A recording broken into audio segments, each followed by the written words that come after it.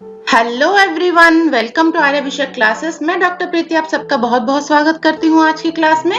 आज हम लोग कौमार वृत्त के ही नोट्स डिस्कशन करने वाले हैं, जिसमें हम लोग स्तन्य या ब्रेस्ट मिल्क के बारे में पढ़ेंगे और दुष्ट स्तन्यजन्य व्याधियों के बारे में भी पढ़ेंगे। ठीक है, सो वीडियो स्टार्ट करने से पहले आप लोग हमारा चैनल जरूर सब्सक्राइब कर लीजिए और बेल आइकन जरूर प्रेस करिए, ताकि आगे जब भी कोई क्लास हो वो आपको नोटिफिकेशन आ जाए, है ना। सो आइए स्टार्ट करते हैं आज की क्लास और देखते हैं कि स्तन्य के बारे में क्या क्या चीजें बताई गई हैं। इंपॉर्टेंट पॉइंट्स ही हम लोग यहाँ पे डिस्कशन कर रहे हैं, तो इंपॉर्टेंट पॉइंट्स आप लोग नोट कर लीजिएगा। ओके, सो देखिए सबसे पहले क्या दिया है, 1 वर्ष के बालक की दीप आतप अग्नि से रक्षा करनी चाहिए, अष्टांग संग्रहकार ने बताया। ये सारे इंपॉर्टेंट पॉइंट्स है, तो एक एक पॉइंट ये से बताया गया है। तो आप लोगों को सबको पता है, हमने पिछले क्लास में भी डिस्कस किया था कि शीरप, शीर अन्नाद और अन्नाद ऐसे डिवीजन किया गया है बालकों का, जो शिशु होते हैं उनका डिवीजन किया गया है। तो 1 साल की उम्र तक हम उसको क्षीरप बोलते हैं, क्योंकि वो बच्चा 1 साल तक सिर्फ दूध ही पी पाता है, वो कोई सॉलिड डाइट नहीं ले पाता है ना। तो 1 साल तक के बच्चे को हम लोग क्षीरप बोलते हैं, इसीलिए यहाँ पे 1 साल तक के बच्चे के बारे में बताया गया है। तो 1 वर्ष तक जो बालक होता है उसकी दीप से रक्षा करनी चाहिए, आतप से रक्षा करनी चाहिए और अग्नि से भी रक्षा करनी चाहिए। और क्या बताया गया, बालक के स्नान के लिए क्या करना चाहिए, एलादि गण और जीवनीय गण की औषधियों का इस्तेमाल करना चाहिए। एलादि गण और जीवनीय गण की औषधियों को आपको पानी में डाल के उबाल लेना है और उस पानी से आपको बच्चों को नहलाना चाहिए। ठीक है, और क्या बताया गया है, देखिए उसके बाद बताया गया है कि स्तन्य के बारे में। तो जब भी बच्चा पैदा होता है तो उसके 3 से 4 दिन बाद स्तन्य की उत्पत्ति होती है। आजकल अगर आप देखेंगे नॉर्मल डिलीवरी हो रही है, LSCS हो रहा है, LSCS अगर हो सिजेरियन हो रहा है तो वहां पे थोड़ा सा टाइम लगता है, 4 दिन 5 दिन का समय लगता है मिल्क सिक्रेशन होने में। और अगर नॉर्मल डिलीवरी हुई है तो भी 1-2 दिन का समय लगता है मिल्क सिक्रेशन होने में। लेकिन हमारी संहिताओं में क्या बताया गया है कि स्तन्य की उत्पत्ति 3 से 4 दिन में हो जाती है। ओके, सो 3 से 4 दिन अगर लगते हैं तो उससे पहले हम लोग क्या करें, बच्चे को भूखा थोड़ी रखेंगे, बच्चे को कुछ ना कुछ तो आपको देना पड़ेगा ना, खिलाना पड़ेगा। तो उसके लिए बताया गया है कि बालक को प्रथम दिन में आपको क्या देना है, अनंता मिश्रित मधु एवं घृत असमान मात्रा में, मधु और घृत आपको असमान मात्रा में लेना है और उसमें अनंता मिला के आपको देना है बच्चे को। ठीक, द्वितीय और तृतीय दिन मतलब सेकंड डे और थर्ड डे पे क्या देना है, लक्ष्मणा सिद्ध घृत एवं मधु मिला के उसको देना है। लक्ष्मणा एक प्लांट है, उसको घृत में पकाना है और उसमें मधु मिला के उसको देना चाहिए। उसके बाद चौथे दिन फोर्थ डे क्या करना है, प्रातः व मध्याह्न में, सुबह और दोपहर में क्या देना है, घृत एवं मधु असमान मात्रा में मिला के आपको देना है। असमान बार बार फोकस किया गया है क्योंकि सम मात्रा में घृत और मधु पॉइजनस इफेक्ट दिखाता है। ठीक है, तो ये आपको नहीं देना चाहिए सम मात्रा में, हमेशा असमान मात्रा में दिया जाता है। तो ये ऐसे आपको देना है चटाकर। बाद में स्तनपान आपको कराना है, क्योंकि तब तक 3-4 दिन हो जाते हैं और ब्रेस्ट मिल्क सिक्रेशन भी स्टार्ट हो जाता है। ये संहिता में वर्णन किया गया है। प्रैक्टिकली आजकल तो सारे वो लैक्टोजन वगैरह मिलते हैं, है ना, बेबी फूड्स, अमूल, अमूल्य, ये सब चीजें मिलती हैं, तो वो घोल के बच्चे को पिलाते हैं। और साथ ही साथ क्या करते हैं, माँ से भी उसको दूध पिलाने की कोशिश करते हैं ताकि उसको सकिंग अच्छा आए, वो दूध चूस के निकालने में सक्षम हो पाए बच्चा। तो उसके बाद 2-3 दिन में सिक्रेशन अपने आप ही अच्छा आने लगता है। और माता के साथ ही शिशु को हमेशा रखना चाहिए, क्योंकि जितना माँ के साथ शिशु का कांटेक्ट बना रहेगा उतना अच्छा उसका ब्रेस्ट मिल्क सिक्रेशन आएगा। ठीक है, तो ये बताया गया है। संहिताओं की बात है, एग्जाम की बात है, तो ये आपको याद रखना है, प्रथम दिन क्या देना है, द्वितीय दिन क्या देना है, तीसरे दिन क्या देना है, चौथे दिन क्या देना है। तो चौथे दिन मध्याह्न में आप ये दे के घृत और मधु देने के बाद आप स्तनपान करा सकते हैं करके हमारी संहिताओं में बताया गया है। ठीक है, उसके बाद देखिए क्या दिया है, पीयूष के बारे में बताया। हमारा जो स्तन्य है उसको पीयूष भी बोला जाता है। तो क्षीरं सद्य प्रसूतायाः पीयूषम इति संगीतम। तो पहले 3 दिन का जो श्राव है, जो सिक्रेशन आता है, उसको पीयूष बोला जाता है। ठीक है, क्षीरं सद्य प्रसूताया, जो सद्य प्रसूता है, जिसकी अभी अभी डिलीवरी हुई है, उससे जो मिल्क सिक्रेशन होता है उसको पीयूष कहा जाता है। ठीक, तो ये टर्म आप लोग याद रखिएगा। हम लोग क्या बोलते हैं, फर्स्ट ब्रेस्ट मिल्क जो आता है उसको हम लोग क्या बोलते हैं, कोलेस्ट्रम। ये आप लोगों को पता होगा। तो कोलेस्ट्रम आता है, उसके बाद ही ब्रेस्ट मिल्क सिक्रेशन होना स्टार्ट होता है। सो ये आप लोग याद रखिएगा कि संहिता में इसको पीयूष बोला गया है। उसके बाद जो डलहन है, डलहन ने क्या बोला है, इसको इसी को मोरट कहा है। ठीक, मोरट। तो यहाँ पे दो टर्म हमें मिल गए, एक हो गया पीयूष, एक हो गया मोरट। ठीक, तो ये दोनों ही चीजें एक ही चीज को बोला गया है, दो नाम दिए गए हैं एक ही चीज को। जो फर्स्ट 3 डेज का मिल्क सिक्रेशन होता है उसी को ये नाम दिया गया है।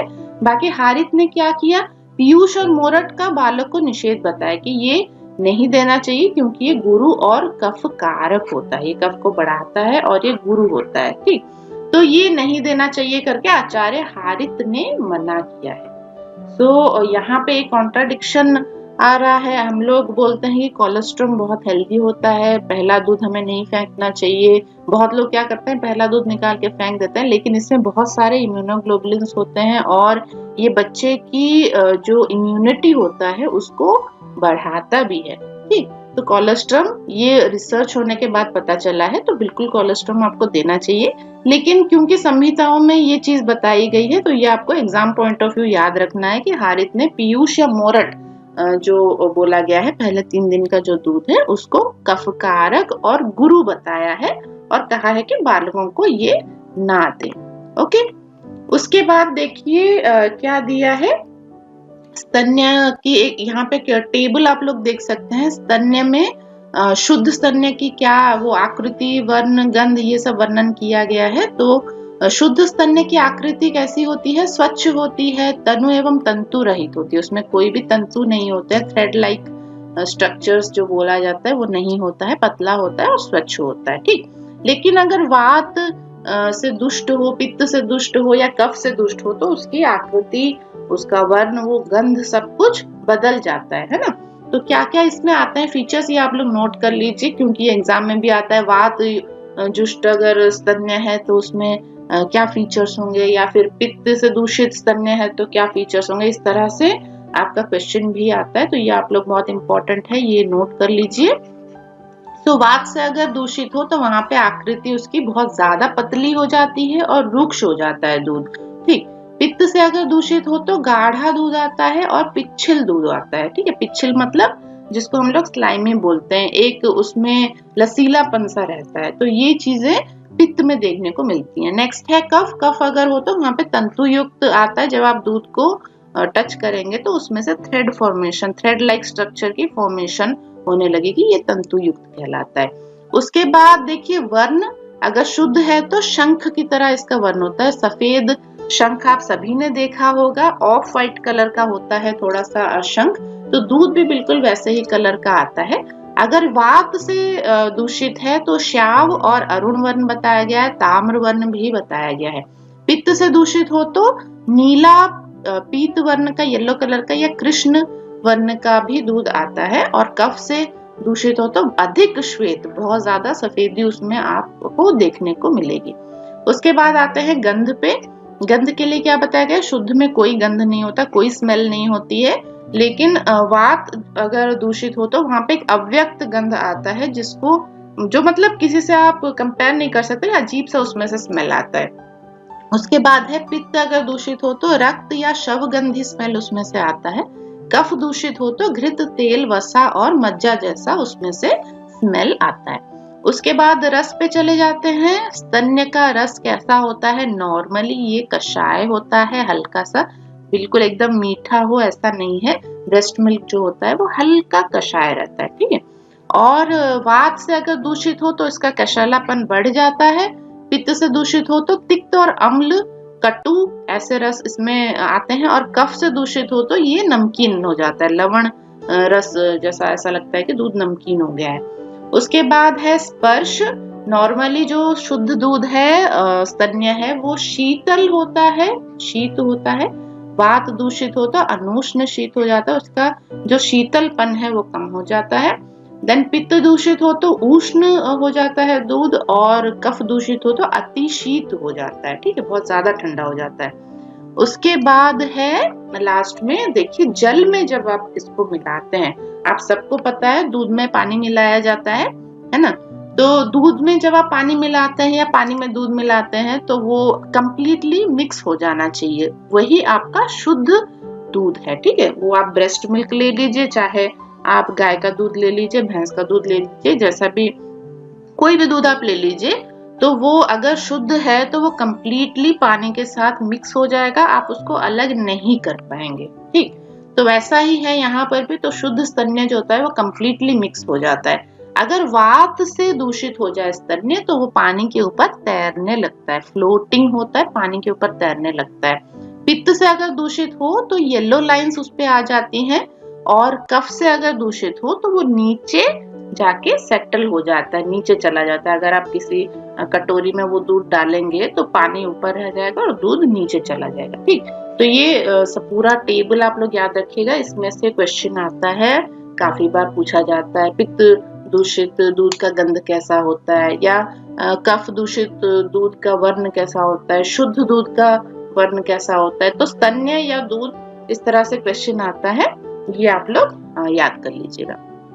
नेक्स्ट पॉइंट पे चलते हैं। देखिए दुष्ट स्तन्य से होने वाले विकार। तो दुष्ट स्तन्य, अगर ये दूध बच्चे ने पी लिया, ये जो कफ दूषित है, वात दूषित है, पित्त दूषित है, तो क्या विकार आएंगे। वात दूषित अगर दूध है तो वहां पे दौर्बल्य और कार्श्य आएगा, बच्चा कमजोर होता चला जाएगा और दुर्बल पतला होता चला जाएगा, कार्श्य हो जाएगा। ठीक है, उसके बाद है पित्त दुष्ट। पित्त दुष्ट अगर हो तो वहां पे पश्चात रुजा आएगा, यानी उसको पेन होगा, रुजा होगी वहां पे। ठीक है, नेक्स्ट है कफ दुष्ट। अगर कफ से दूषित हो तो वहां पे दो तरह की डिजीजेस बताई गई हैं। ए में आता है शोष, तो शुष्कांडिका इसको बोला जाता है। ये दो तरह का भी बताया गया है, हृदय शोष बताया गया है, और अहिंडिका या अहितुंडिका बताया है चक्रदत्त ने, आचार्य चक्रदत्त ने ये बताया है। ये टर्म्स आप लोग याद रख लीजिएगा। ऐसे क्वेश्चन आता है कि अहितुंडिका क्यों होता है, तो कफ दूषित स्तन्यपान करने से अहितुंडिका होता है, या फिर हृदय शोष क्यों होता है, शुष्कांडिका क्यों होता है। इस तरह का क्वेश्चन आए तो वहां पे आपका आंसर होगा कफ दुष्ट स्तन्य के सेवन से ये डिजीज होते हैं। और नंबर बी में क्या आता है, क्षीरज फक आ जाता है, जो कि आचार्य काश्यप ने बताया है। अगर कफ दूषित दूध कोई पीता है, स्तन्यपान करता है, तो उसमें क्षीरज यानी क्षीर से उत्पन्न फक रोग देखने को मिलता है। ठीक है, फक रोग। फक रोग हम लोग रिकेट्स के साथ उसको कंपेयर कर सकते हैं, मतलब उसी टाइप का डिजीज रहता है। बच्चा 1 साल का होने के बाद भी वो चलने में सक्षम नहीं होता, वो चल नहीं पाता, उसके हाथ पैर की हड्डियां कमजोर होती हैं, तो इसको हम लोग फक रोग कहते हैं। इसको हम आगे भी डिस्कस करेंगे। तो ये कफ दूषित क्षीर या दूध के पान से उत्पन्न हुआ रोग है फक रोग, जो कि आचार्य काश्यप ने बताया है। और क्या बताया गया, सन्निपात दुष्ट अगर हो, सन्निपात दुष्ट अगर हो यानी वात पित्त कफ तीनों दोष उसमें दूषित हो, तो वहां पे क्षीर अलसक, क्षीरालसक ऐसा बोला जाता है, क्षीर अलसक। यहाँ पे हिंदी में लिख देती हूँ, क्षीरालसक। इस तरह का डिजीज वहां पे देखने को मिलता है, यानी क्षीर की वजह से वो अलसक उसकी बॉडी में देखने को मिलता है। ठीक है, तो ये टर्म्स आप लोग याद रख लीजिएगा। और ये जो डिजीजेस मैं आपको बता रही हूँ ये भी हम लोग डिस्कस करेंगे हमारे आने वाले क्लासेस में। उसमें आप लोग हमारे साथ जरूर जुड़े रहिएगा, देखते रहिएगा, हमारी क्लासेस अटेंड कीजिएगा, बड़े ध्यान से नोट्स बनाते रहिएगा। ठीक है, तो आगे हम इसके बारे में भी आपको बताएंगे। उसके बाद देखिए और क्या दिया गया है, दुष्ट स्तन्य जन्य व्याधि, वही चीजें हैं, उसमें 2-4 पॉइंट और एडेड है यहाँ पे। वात दुष्ट अगर स्तन्य हो तो वहां पे कौन से रोग आते हैं, क्षाम स्वर और कृसांग बताया गया है, ये भी आप लोग उसमें ऐड कर लीजिए। पित्त दुष्ट स्तन्य जन्य रोग में तृष्णा, कामला और अतिसार बताया गया है। और कफ दुष्ट स्तन्य जन्य रोग में निद्रान्वित, वो बहुत ज्यादा नींद आएगी उसको, जड़ की तरह वो पड़ा रहेगा। शून्य वक्र अक्ष, तो आंखों के आगे, आंखों के चारों ओर शून्यता आ जाएगी, स्वेलिंग आ जाएगी। और छर्दी, उसको उल्टी भी हो सकती है। ठीक है, तो इस तरह से कुछ व्याधियां बताई गई हैं। तो ये व्याधियां आप लोग नोट कर लीजिएगा उसमें। और क्या दिया गया, चिकित्सा में हम क्या कर सकते हैं, बालक को तीक्ष्ण वमन देना चाहिए, और मृदु वमन दे सकते हैं आप, और धात्री का आपको ट्रीटमेंट करना है। धात्री कौन होता है, मैंने पिछली बार भी आपको बताया था। तो जो उसको दूध पिलाती है उसको हम लोग धात्री बोलते हैं। वो माँ हो सकती है या फिर कोई और लेडीज भी हो सकती है। अगर माँ का दूध नहीं होता तो दूसरी लेडीज जिनको मिल्क सिक्रेशन हो रहा है वो भी दूध पिला सकती हैं, तो उनको हम लोग धात्री बोलते हैं। अगर ये स्तन्य सारे ये वात पित्त या कफ से दूषित हैं तो धात्री का क्षीर संशोधन करना बहुत इम्पोर्टेंट है वहां पे। नहीं तो आप बच्चे का ही ट्रीटमेंट करते रहेंगे और फिर जैसे वो दूध पिएगा फिर से बीमार पड़ जाएगा, है ना। इसलिए माता का भी ट्रीटमेंट करना है, धात्री का भी स्पेशली ट्रीटमेंट करना है। उसके बाद क्या है, त्रिदोष दुष्ट स्तन्य, ये तो अभी हमने पढ़ा। क्षीरालसक या क्षीरालसक, क्षीरालस या क्षीरालसक इस तरह से दिया गया, दोनों ही सही है। और क्या बताया गया, अष्टांग संग्रह ताम्रवर्ण स्तन्य हृदय का उद्वेष्टन करता है करके बताया है अष्टांग संग्रहकार ने। तो इन्होंने क्या बताया है, ताम्रवर्ण का जो स्तन्य होता है, जो दूध होता है, वो हृदय का उद्वेष्टन करता है। अम्ल अनुरसात्मक स्तन्य जो होता है वो अम्ल पित्त उत्पन्न करता है। ये आप लोग बहुत इंपॉर्टेंट है, नोट कर लीजिएगा ये सारे पॉइंट्स। अम्ल अनुरस वाला जो स्तन्य है वो अम्ल पित्त उत्पन्न करता है। कटु अनुरस वाला जो स्तन्य है वो वमन, अतिसार, कास और श्वास ऐसी बीमारियां उत्पन्न करता है। देन अत्यधिक उष्ण स्तन्य अगर है तो वहां पे अनामक, दाह, ज्वर और विरेचन ये डिजीजेस देखने को मिलते हैं। लवण रस वाला, अनुरस वाला अगर स्तन्य है उससे विसर्प, कोठ और कंडू ये सारी स्किन डिजीजेस हैं। तो लवण अनुरस वाला जो आपका स्तन्य है वो स्किन डिजीजेस पैदा करता है। देन तंतुमत अगर स्तन्य है, उसमें तंतु फॉर्मेशन होने लगा है, तो उससे दौर्बल्य हो जाता है, श्वास और कास उत्पन्न हो जाता है बच्चे में। और गुरु स्तन्य अगर है, भारी है, बहुत ज्यादा मोटा आ रहा है, तो उससे सदन होता है, प्रतिशय होता है, सिंघाणक पैदा होता है और क्षीरालसक भी पैदा होता है। ठीक, तो ये रस के अनुसार सारे स्तन्य के दोष बताए गए हैं और उसके जो डिजीजेस होते हैं वो भी बताई गई हैं रस के अनुसार। तो ये आप लोग याद कर लीजिएगा। ओके, नेक्स्ट पॉइंट देखते हैं क्या दिया है। नेक्स्ट पॉइंट है, आचार्य सुश्रुत ने क्या बोला है, अभिघातज स्तन्य दुष्टि का वर्णन किया इन्होंने कि अभिघातज या चोट लगने की वजह से भी स्तन्य दुष्टि हो सकती है। तो ये इंपॉर्टेंट पॉइंट है यहाँ पे। आचार्य सुश्रुत ने ये वर्णन किया। पूछा जाएगा अभिघातज स्तन्य दुष्टि किसने वर्णन किया है, और द्वंद्वज स्तन्य दुष्टि भी वर्णन किया गया है, अष्टांग हृदयकार ने ये वर्णन किया है, और माधव निदान में भी ये वर्णन किया गया है कि द्वंद्वज स्तन्य दुष्टियां भी होती हैं, यानी वात पित्त, वात कफ, पित्त कफ, इस तरह से कॉम्बिनेशन में भी स्तन्य दुष्टि देखने को मिलती है। और आचार्य शारंगधर ने क्षतज स्तन्य दुष्टि केवल उल्लेख किया है कि क्षत के कारण स्तन्य दुष्टि हो सकती है।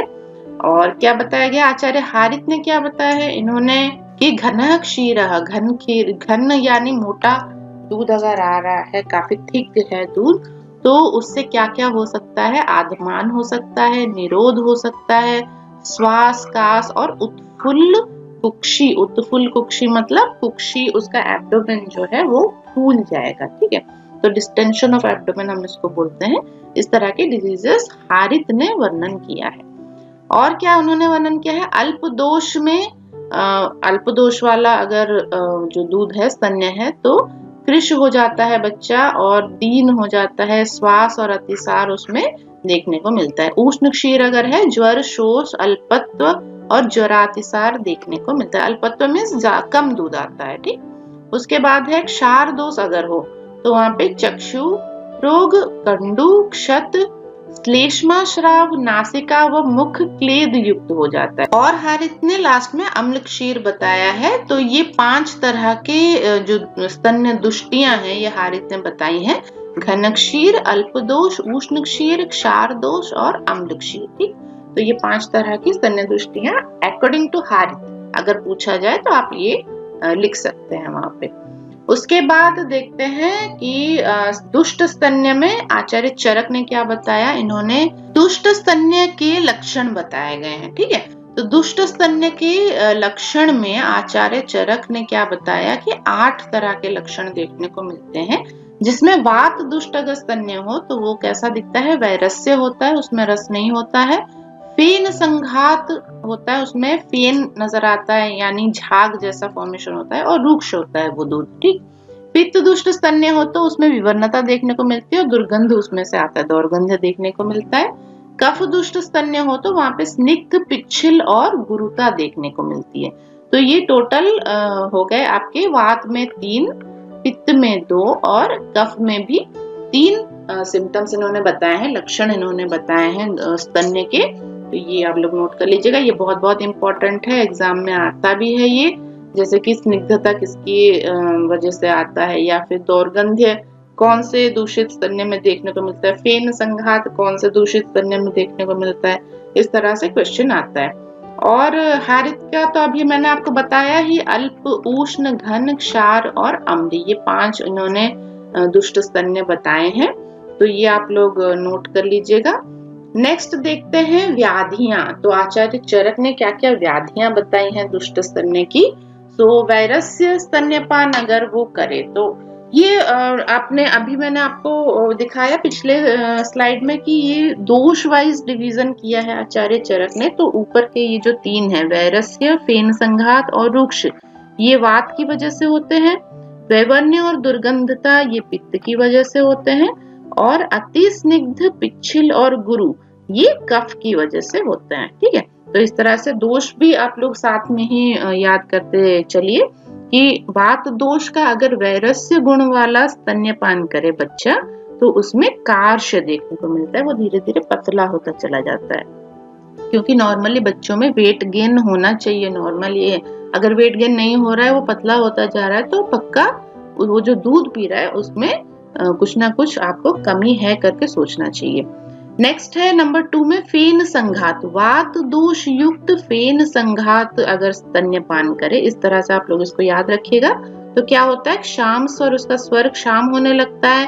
देन बद्ध विणमूत्र हो जाता है, कॉन्स्टिपेशन उसको होने लगता है। मारुता, बद्ध, पिणमूत्र, मारुत, तो तीनों चीजें, विण आपका स्टूल है और मूत्र तो सबको पता है यूरिन है, और मारुत, मारुत यानी आपकी जो हवा पास करती है, एयर जो पास करता है, फ्लैटस भी हम इसको बोलते हैं। तो ये सारा ऑब्स्ट्रक्शन हो जाता है, रुक जाता है, पास नहीं करता। उसके बाद वातिक शीर्ष रोग हो जाता है उसको, और पीनस भी हो जाता है। नेक्स्ट है नंबर 3 में रूक्ष स्तन्यपान। वात से ही होता है रूक्ष स्तन्यपान। इसमें बल ह्रास उसमें देखने को मिलता है, उसकी बल कम हो जाती है, उसकी ताकत कम होने लगती है। नेक्स्ट आता है पित्त द्वारा। नंबर 4 में है वैवर्ण्य अगर हो, अगर वही स्तनपान इसने कर लिया तो वहां पे क्या होगा, विवर्ण गात्र, उसकी पूरी बॉडी में विवर्णता देखने को मिलेगी। अतिस्वेद होगा, तृष्णा होगा, भिन्न विटकता होगी। भिन्न विटकता क्या होती है, डायरिया। तो उसका जो स्टूल है वो फॉर्म्ड नहीं आएगा, उसको डायरिया आपको देखने को मिलेगा। इसमें कॉन्स्टिपेशन हो रहा था, वात द्वारा जो हो रहा था, इसमें क्या हो रहा था, कॉन्स्टिपेशन हो रहा था। लेकिन पित्त दूषित जो दूध है अगर वो पी रहा है तो वहां पे डायरिया हो रहा है, भिन्न विटकता हो रही है। और क्या होगा, नित्यम उष्ण शरीर, उसका बॉडी हमेशा गर्म रहेगा, और स्तन्य द्वेष होगा, तो वो दूध पीने के लिए वो इच्छा नहीं करेगा। नेक्स्ट है नंबर 5, देखिए ये भी पित्त की वजह से होता है, दौर्गंध्य स्तन्यपान। तो उसमें क्या होगा, पांडु और कामला ये देखने को मिलेगा। पांडु आपके एनीमिया को बोला जाता है और कामला जॉन्डिस को बोला जाता है। तो दुर्गंध युक्त अगर हो तो वहां पे पांडु और कामला देखने को मिलेगा। नेक्स्ट चलते हैं 6 पॉइंट पे, ये कफ द्वारा होता है। अति स्निग्ध अगर हो स्तन्य तो उसको पान करने से छर्दी हो सकती है, कुंठन हो सकता है, लाला श्राव हो सकता है, श्रोतोपदिग्धता, निद्रा, क्लम, श्वास, कास, प्रसेक और तम, ये सारे बताए गए हैं व्याधियां जो कि अति स्निग्ध स्तन्यपान से होती हैं। नेक्स्ट है पिच्छिल। नंबर 7 में पिच्छिल से क्या होता है, लाला स्राव होता है, शून वक्त्रता, सूनाक्षी और जड़त्व। सूनाक्षी, सून का मतलब होता है एडिमा या इन्फ्लामेशन। ठीक है। तो ये वक्त्रता, मुंह, फेस पे, आंखों के चारों ओर आपको एडिमा देखने को मिलेगी। लास्ट में है नंबर 8 में गुरु स्तन्यपान। गुरु स्तन्यपान में क्या होता है, हृदय रोग उसको हो सकता है, हार्ट डिजीज उसको देखने को मिल सकती है। तो ये जो स्तन्य दोष हैं, इनको हरण करने के लिए कुछ मेडिसिन वर्णन किए गए हैं, कुछ द्रव्य वर्णन किए गए हैं, जिसको आपको यूज करना है। किस पे, माता पे, बच्चे को नहीं देना है, माता को देना है। माता को जब आप दोगे, या फिर जो धात्री है जो दूध पिला रही है, तो धात्री को आपको ये द्रव्य देना है ताकि उसका जो दूध है बन रहा है, जो स्तन्य है, वो शोधन हो जाए। ठीक है, तो उसमें हम लोग क्या क्या दे सकते हैं? पाठा, शुंठी, अमृता, कालमेघ, कटुकी, देवदारू, सारिवा, मुरवा और इंद्रयव। तो ये कुछ इंपॉर्टेंट प्लांट्स हैं जिनका वर्णन किया गया है, तो ये आप लोग नोट कर लीजिएगा। ये स्तन्य के दोषों को हरण करते हैं। ठीक है, उसके बाद क्या दिया है देखिए नेक्स्ट पॉइंट में, मातृ स्तन्य के अभाव में धात्री दूध उसको देना है। ये मैं स्टार्टिंग से ही बता रही हूँ, धात्री वो होती है जो दूध पिलाती है।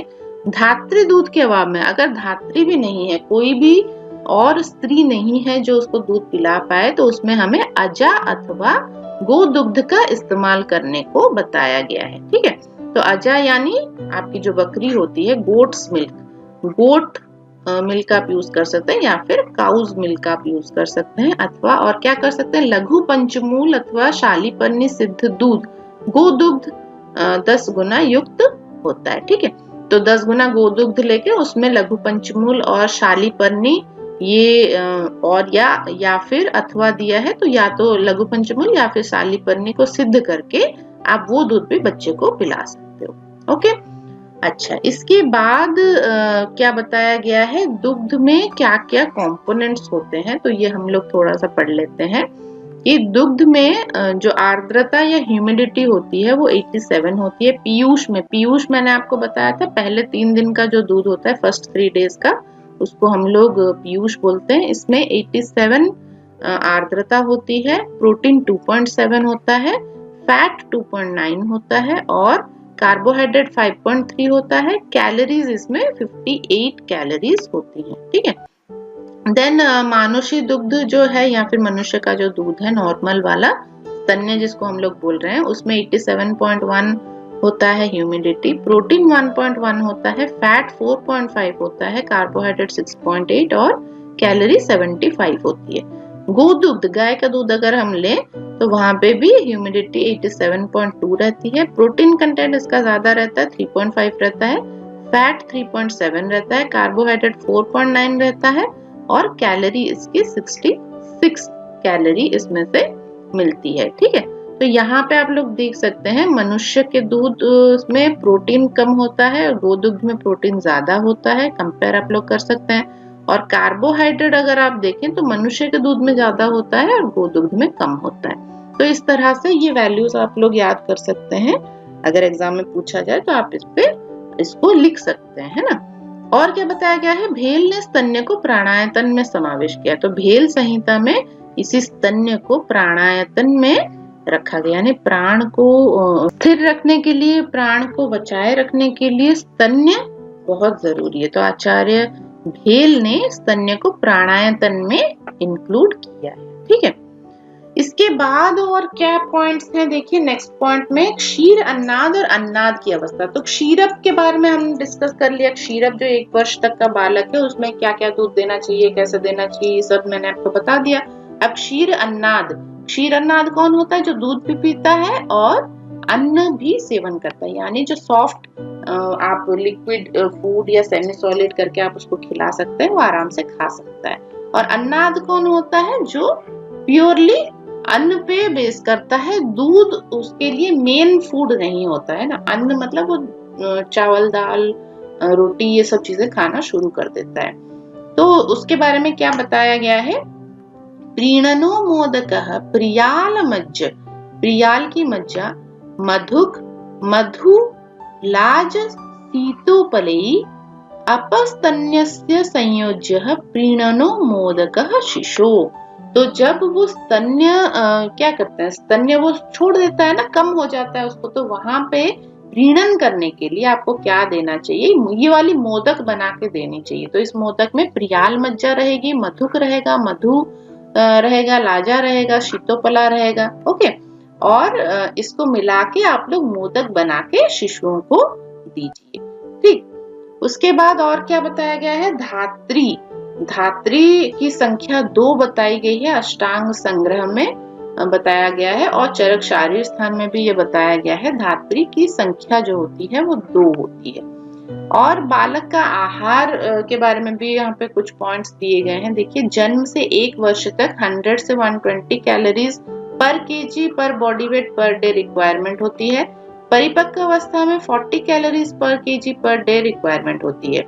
और जब बालक की जो रिक्वायर्ड कैलोरीज होती हैं वो कहाँ से आनी चाहिए? 15% प्रोटीन उसको देना चाहिए, 35% फैट देना चाहिए, 50% उसको कार्बोहाइड्रेट देना चाहिए। ठीक है, ये डेली की रिक्वायरमेंट है। तो ये जो भी आपकी कैलोरीज हैं आप इसको ऐसे डिवाइड करके उसके लिए बैलेंस डाइट आप बना सकते हैं। और क्या देना चाहिए? विटामिन ए की डोजेस उसको देनी चाहिए। 1500 यूनिट विटामिन ए आपको देना चाहिए बच्चे को, और 400 यूनिट विटामिन डी आपको देना चाहिए बच्चे को, क्योंकि ये बहुत बहुत ज्यादा जरूरी है विटामिन ए और डी बच्चे के लिए, उसकी हड्डियों की ग्रोथ के लिए, उसके सारे सेंस ऑर्गन्स के लिए, आंखों के लिए, हर चीज के लिए विटामिन ए और विटामिन डी बहुत जरूरी है। और यहाँ पे एडल्ट की भी डोज दी गई है। रिक्वायरमेंट विटामिन ए की 750 माइक्रोग्राम ये एडल्ट की रिक्वायरमेंट है, लेकिन बच्चे के लिए हम पढ़ रहे हैं तो आप लोग 1500 यूनिट आप लोग याद रखिएगा। यहाँ पे विटामिन ए 1500 यूनिट और विटामिन डी 400 यूनिट बच्चों को दिया जाता है। नेक्स्ट है, देखिए, दुग्ध प्रतिदिन कितना रिक्वायरमेंट होता है, तो उसको हिसाब करने के लिए क्या कर सकते हैं? As in days into 10 into 7 gram. तो जितने दिन का है वो, सपोज 6 दिन का है तो 6 इंटू 10 60 हो गया, 60 इंटू 7 कितना आएगा? 420 ग्राम आपको दूध उसको देना है। ठीक है, तो इस तरह से आप हिसाब करके पूरे दिन भर में इतना दूध आपको बच्चे को पिलाना ही चाहिए। दूध के अलावा भी बच्चे की और भी रिक्वायरमेंट्स होती हैं, तो वो भी वर्णन किए गए हैं संहिताओं में, जिसमें क्या आता है? कुमारागार आता है। तो जो कमरा होता है जहाँ पे बच्चे को रखा जाता है वो कैसा होना चाहिए? तो कुमारागार जो है वो निर्वात होना चाहिए। उसमें क्या है कि बाहर की जो हवा है वो नहीं आनी चाहिए। निर्वातं च प्रवान्तं च वृद्ध स्त्री वैद्य सेवितम। तो वहां पे कोई एक वृद्ध महिला भी होनी चाहिए, स्त्री भी होनी चाहिए, और वैद्य भी वहां पे होना चाहिए, मतलब विजिट करना चाहिए बीच बीच में। तो ये ऐसा कुमारागार बना के उसी में बच्चे को रखना चाहिए। ठीक है, उसके बाद और क्या दिया है? कुमार का आधार, कुमाराधार दिया है। तो ये क्या है? अभियुक्त सदाचारो नति स्थूलो न लोलुपः कुमाराधार कर्तव्य सत्राद्यो बाल चित्तविद। तो जो कुमाराधार हैं, कुमाराधार कौन है? जो कुमार को धारण करते हैं, जो पकड़ते हैं, क्योंकि बच्चे को आप नीचे तो नहीं छोड़ सकते, कोई एक होता है जो उसको हमेशा पकड़े रहता है। तो वो कैसा होना चाहिए? उसकी क्वालिटीज बताई गई हैं। वो अभियुक्त होना चाहिए, सदाचार उसमें होना चाहिए, बहुत ज्यादा मोटा नहीं होना चाहिए। बहुत ज्यादा मोटा होगा तो उसमें से स्वेटिंग आती रहेगी, वो भी बच्चे को इन्फेक्ट करेगा, है ना। तो बहुत ज्यादा मोटा नहीं होना चाहिए, लालची लोलुप नहीं होना चाहिए। तो ये सब कुमारधार की जो कर्तव्य हैं वो क्या है? सबसे आद्य बाल चित्तवित। तो बालक के लिए उसका कर्तव्य सबसे पहले आना चाहिए। तो ऐसे ही इंसान को आपको बच्चे को पकड़ने को देना चाहिए। तो क्योंकि बच्चा क्या है? बच्चा इंडिपेंडेंट नहीं है, वो खुद के लिए कुछ नहीं कर सकता है। तो पूरा ध्यान उसका कुमाराधार जो है, जो धारण करेगा, उसका पूरा ध्यान बच्चे पे रहना चाहिए। ये नहीं कि बच्चा एक जगह पड़ा है, वो अपना बैठ के मोबाइल चला रहा है, रील्स चला रहा है ना। बच्चे ने पेशाब कर दी, लैट्रिन कर दी, वो देख ही नहीं रहा है, वो अपने में बिजी है।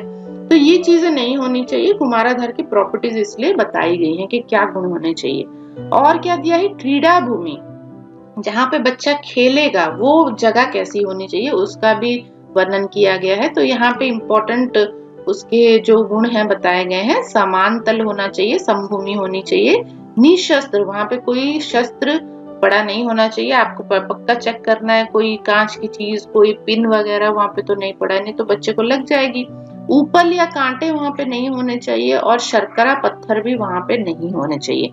बच्चों में एक तो चोट लगने का खतरा रहता है, और क्या खतरा रहता है? बच्चे कोई भी चीज मिल जाता है तो वो उठा के मुंह में डाल लेते हैं, है ना। तो ये चीजें आपको बहुत ही ध्यान देनी चाहिए। वहां पे ऐसी कोई भी चीज नहीं होनी चाहिए जिससे बच्चे को चोट लगे, या फिर कोई ऐसी चीज जो बच्चा उठा के मुंह में डाल ले और उसकी वजह से उसको नुकसान हो। ठीक है, और कीटाणु रहित करने के लिए वो जगह, जो कीड़ा भूमि है, उसको कीटाणु रहित करने के लिए आपको क्या करना चाहिए? वेल उष्ण सिद्ध जल अथवा नींब उदक वहां पे परिषेक करना चाहिए, वहां पे छिड़कना चाहिए आपको। ठीक है।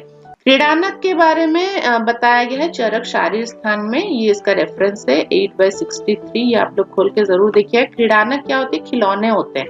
तो किस तरह के खिलौने हमें देने चाहिए बच्चों को खेलने के लिए? आजकल प्लास्टिक के खिलौने आती हैं, ये बिल्कुल भी बच्चों के लिए सेफ नहीं होते हैं। जो छोटी छोटी खिलौने हैं वो नाक में चला जाएगा, मुंह में चला जाएगा, उससे बच्चों को चोक हो सकता है, वो सांस उसकी रुक सकती है। बहुत ही खतरनाक होती हैं ये प्लास्टिक के खिलौने। तो ये हमें बिल्कुल बच्चों को नहीं देना चाहिए। और कोई भी खिलौना आप दे रहे हो, चूज कर रहे हो बच्चों के लिए, तो उसमें पक्का आप लोग देखिए कोई ऐसी नुकीली चीज तो नहीं है, कोई नट बोल्ट कहीं से ढीला तो नहीं है, क्योंकि बच्चा, उसको कोई आइडिया नहीं है कब वो कौन सी चीज मुंह में डाल ले, है ना। तो ये बहुत ध्यान से रखना चाहिए। अष्टांग संग्रहकार ने क्या वर्णन किया है? अष्टांग संग्रहकार ने खिलौने लाख के होने चाहिए ऐसा बताया है। तो लाख का अगर खिलौना है, ये बच्चे के लिए बहुत ही सेफ और हेल्दी होता है। अगर बच्चा इसे मुंह में भी डाल रहा है तो भी ये बच्चे की बॉडी में ये लाख अगर जाता है तो ये बच्चे को फायदा ही करेगा। ठीक है। तो लाख के खिलौने देने के लिए संहिताओं में वर्णन किया गया है। संदर्भ ये कहाँ पे बताया गया? काश्यप खिल स्थान में बताया गया है, और जात कर्म उत्तर अध्याय में ये बताया गया। ये जो अध्याय है जात कर्म उत्तर अध्याय, तो खिल स्थान में वहां पे आपको इस क्रीड़ानक के बारे में, खिलौनों के बारे में बताया गया है। ठीक, तो ये आप लोग पॉइंट्स याद रखिएगा। रेफरेंस भी पूछा जाता है कि कहाँ पे वर्णन है, तो ये अध्याय भी आप नाम याद रखिएगा।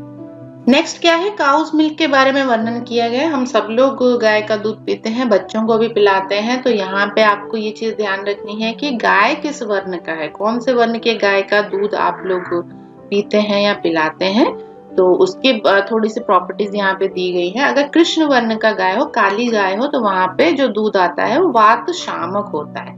तो ये आप वात रोग अगर है तो वहां पे आप कृष्ण वर्ण का गाय का दूध पी सकते हैं। पीत वर्ण का गाय अगर है, येलो गाय है, तो वहां पे वात पित्त शामक होता है उसका दूध। श्वेत वर्ण का गाय है, सफेद गाय है, तो वो दूध जो होता है वो कफ कारक होता है, कफ को बढ़ाता है। और ऐसा गाय जिसका शिशु ना हो, जिसका शिशु मर गया हो, या फिर जो जिसके ब्रेस्ट से ऐसे ही दूध आ रहा है, मतलब शिशु नहीं है फिर भी मिल्क का सिक्रेशन हो रहा है, तो ऐसा दूध आपको नहीं लेना चाहिए। ये त्रिदोष कारक होता है, बहुत सारे डिजीजेस से पैदा करता है। ठीक है। और क्या बताया गया है? अजा दुग्ध जो होती है वो ग्राही होती है। महिषी दुग्ध, भैंस, महिषी यानी भैंस, अजा यानी गोट, मैंने आपको बताया था बकरी, तो अजा दुग्ध ग्राही होती है। महिष का जो दुग्ध है वो अभिसंधि कारक होता है, ये बिल्कुल आपको बच्चे को नहीं देना चाहिए। और गोदुग्ध जो होता है उसमें रेचक प्रॉपर्टीज होती है, इससे रेचक होने के कारण क्या होता है? बच्चे का बाउल हमेशा क्लियर रहता है, उसको पेट की समस्याएं नहीं होती हैं। तो ये 3 प्रॉपर्टीज हैं, अजा दुग्ध, महिष दुग्ध और गोदुग्ध, ये आप लोग याद रखिएगा। सो आई होप आपको आज का चैप्टर समझ में आया होगा। जो बच्चे को हम लोग दूध पिलाते हैं उसको स्तन्य बोला जाता है। ब्रेस्ट मिल्क अगर है तो इसको हम लोग स्तन्य बोलते हैं। और आप लोग स्तन्य अगर नहीं मिल रहा है, माता का नहीं है, तो आप धात्री का स्तन्य यूज कर सकते हैं। अगर धात्री नहीं है तो वहां पे अजा दुग्ध, गोदुग्ध ये सब देने के लिए वर्णन किया गया है। और सारी जो दूध की प्रॉपर्टीज भी मैंने आपको बताई। इसके अलावा हम लोगों ने कुमारागार डिस्कस किया, कमरा कैसा होना चाहिए, जो बालक को धारण करता है कुमाराधार कैसा होना चाहिए, खिलौने किस चीज से बनने चाहिए। तो ये सारे इंपॉर्टेंट पॉइंट्स आप लोग नोट कर लीजिएगा और याद कर लीजिएगा। ठीक है। एग्जाम पॉइंट ऑफ व्यू बहुत बहुत इंपॉर्टेंट है, ये एग्जाम में बहुत पूछा भी जाता है।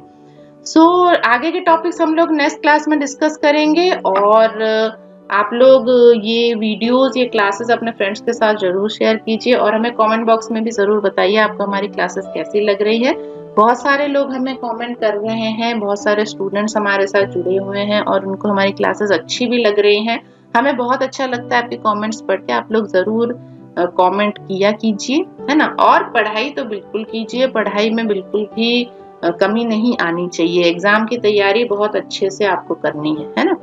सो आज के लिए इतना ही, फिर मिलेंगे नेक्स्ट क्लास में एक नए टॉपिक के साथ। तब तक थैंक यू सो मच और आप लोगों को मेरा नमस्कार।